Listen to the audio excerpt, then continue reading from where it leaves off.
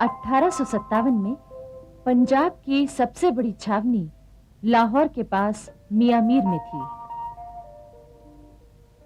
मियां मीर में गोरे सिपाहियों की तुलना में हिंदुस्तानी सिपाही 4 गुना ज्यादा थे। अंग्रेजों के खिलाफ क्रांति के प्रचारकों ने क्रांति की चिंगारियां पेशावर, लाहौर, अमृतसर, जालंधर, फिल्लौर, फिरोजपुर आदि सभी स्थानों में पहुंचा दी थी। पंजाब के हिंदुस्तानी सिपाहियों की योजना ये थी कि सबसे पहले मियां मीर के सिपाही लाहौर के किले पर चढ़ाई करेंगे। इसके बाद पेशावर, अमृतसर, फिल्लौर और जालंधर की पलटनें एक साथ क्रांति आरंभ कर देंगी। मियां मीर में रॉबर्ट मॉन्टगोमरी अंग्रेज सेनापति था। वो बहुत चतुर और चालाक था। उसे जैसे ही मेरठ और दिल्ली की घटनाओं की जानकारी मिली, वो तुरंत सावधान हो गया। तभी उसके एक गुप्तचर ने खबर दी कि मियां मीर के हिंदुस्तानी सिपाही भी क्रांति करने वाले हैं। 13 मई 1857 को मियां मीर के परेड मैदान में मॉन्टगोमरी ने 1000 हिंदुस्तानी सिपाहियों को बुलाया। इसके तुरंत बाद तोपखाने सहित गोरे सैनिकों का दल आ गया और उसने हिंदुस्तानी सिपाहियों के दल को घेर लिया। मॉन्टगोमरी ने हिंदुस्तानी सिपाहियों को आदेश दिया कि वो अपने अपने हथियार नीचे रख दें। अंग्रेजों की सेना और तोपखाने से घिरे हिंदुस्तानी सिपाहियों ने मजबूर होकर हथियार रख दिए और चुपचाप अपनी बैरकों में चले गए। लाहौर के किले में मौजूद हिंदुस्तानी सिपाहियों से हथियार रखवाने के लिए एक गोरी पलटन भेजी गई। उसने वहां के सिपाहियों से हथियार रखवाकर किले के बाहर बैरकों में भेज दिया।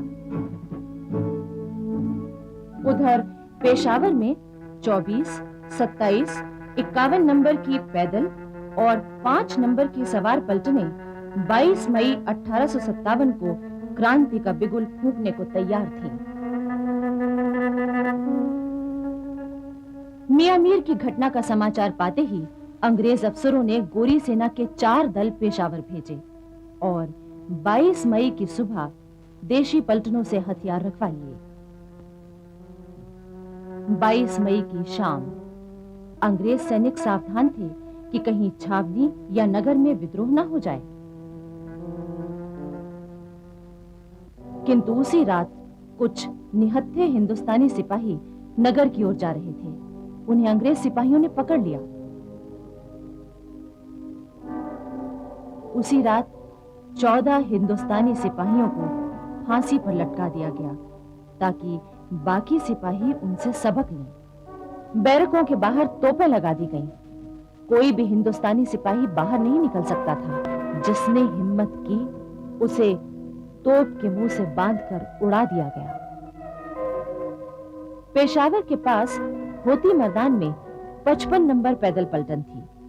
इसके सेनापति कर्नल स्कॉटिश वुड को भरोसा था कि उसकी पलटन विद्रोह नहीं करेगी, किंतु पंजाब के अंग्रेज अफसरों ने उन पर दबाव डाला कि पलटन से हथियार रखवा लिए जाएं। इस पर दुखी होकर कर्नल स्कॉटिश वुड ने आत्महत्या कर ली। होती मर्दान की 55 नंबर पैदल पलटन से हथियार रखवाने के लिए पेशावर से अंग्रेजों की सेना आई। 55 नंबर पैदल पलटन किले से भाग निकली। अंग्रेजों की सेना भारी संख्या में थी। उन्होंने कोई 150 हिंदुस्तानी सिपाहियों को मार डाला। जो हिंदुस्तानी सिपाही पकड़े गए उन्हें बाद में तोपों के मुंह से बांधकर उड़ा दिया गया। इस हृदय विदारक दृश्य का वर्णन अंग्रेज इतिहासकार जॉर्ज बिकर्स ने किया है। एक चौरस मैदान के 3 ओर फौज खड़ी थी और चौथी ओर 10 तोपें थीं। पहले 10 हिंदुस्तानी सिपाहियों को लाकर तोपों के मुंह से बांधा गया और फिर तोप खाने के अफसर ने अपनी तलवार हिलाई। एक साथ 10 तोपों की गरज सुनाई दी और धुएं के साथ सिपाहियों के हाथ, पांव, सिर चारों ओर उड़ते हुए दिखाई दिए। ये दृश्य 4 बार दोहराया गया। फिरोजपुर में कंपनी सरकार के गोला बारूद के बहुत बड़े भंडार की रखवाली हिंदुस्तानी सिपाही करते थे। उन सिपाहियों के इरादे जानने के लिए अंग्रेजों ने उन्हें परेड पर बुलाया।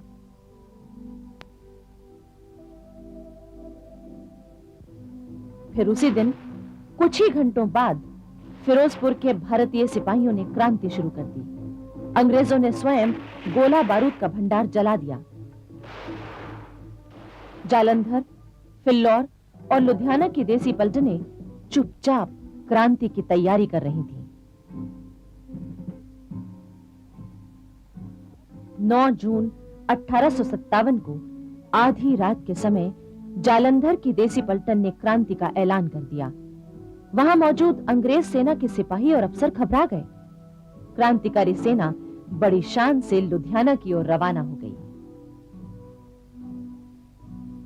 जालंधर की सेना का एक सिपाही फिल्लौर पहुंचा और उसने क्रांति की सूचना दे दी और वो आकर जालंधर की क्रांतिकारी सेना से मिल गई। अब दोनों सेनाएं लुधियाना की ओर बढ़ी। लुधियाना के अंग्रेज अफसरों ने सतलज पर बना कश्तियों का पुल तोड़ दिया।